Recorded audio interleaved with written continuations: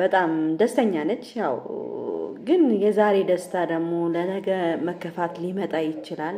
ዛሬ ቤተሰብ ጎን ላይ ነው ያለችው ምናምን፣ ግን ያው አንድ ቀን ሊከፋት ይችላል የአብርሽ ነገር ሲገባት።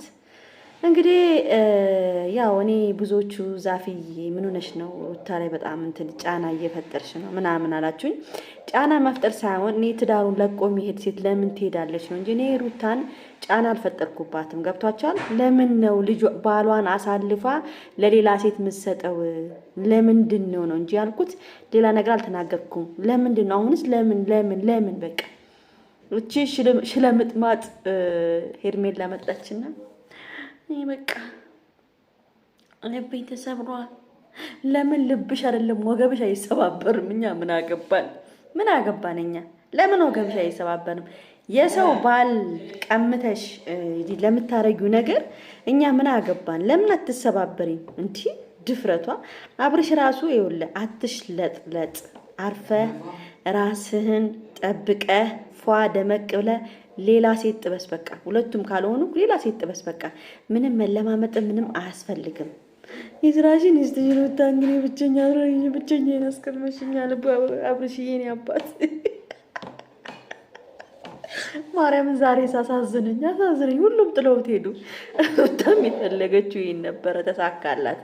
እና ግን አይ መድኃኒዓለምን በጣም ነው ግን የሚደብረው። መቤቴን አይ እኔ አልዋሻችሁም፣ ሩታ የሰራችሁ ስራ አልደግፍም። ለማንኛውም ባለ ትዳር አልደግፍም እንደዚህ አይነት ስራ።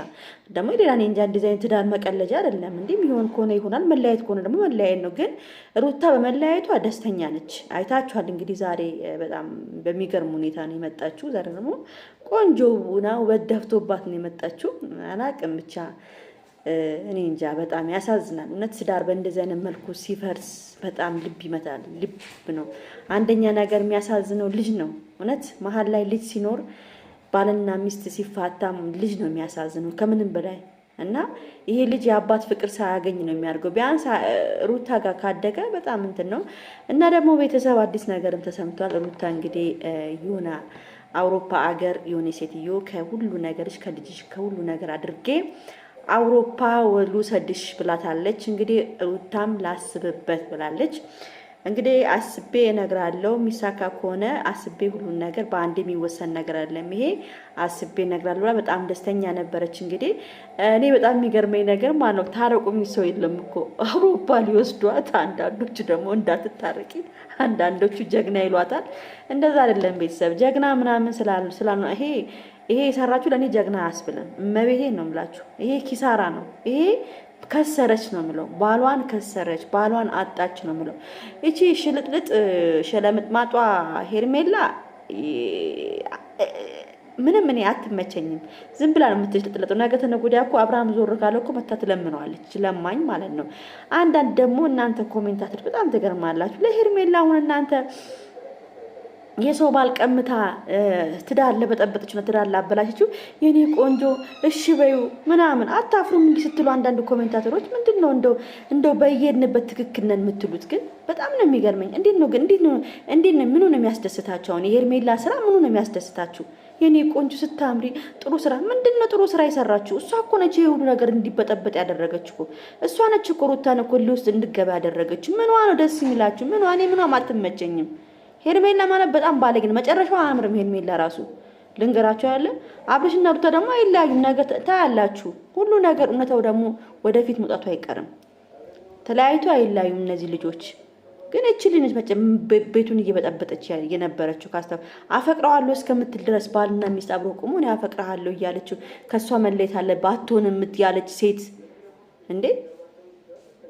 ሩታም እኮ አንዳንዴ ያው ይሄን ነገር ማድረጓ ያው አብርሽ ተመልሶላታል ግን እንጂ አብርሽ እሺ ብሎ መመለሱ ለሩታ ደስ ብሎኝ ነበር ግን ሩታ ስላበላሸችው አናደረች እንጂ ሩታ ምንም ጥፋት እኮ የለባትም እኮ በቃ ግን ምንድነው ባሏን አሳልፋ መስጠቷ ያቃጥላል እና ዛሬ ደግሞ ተሽለጥጣ እኔ ደቅም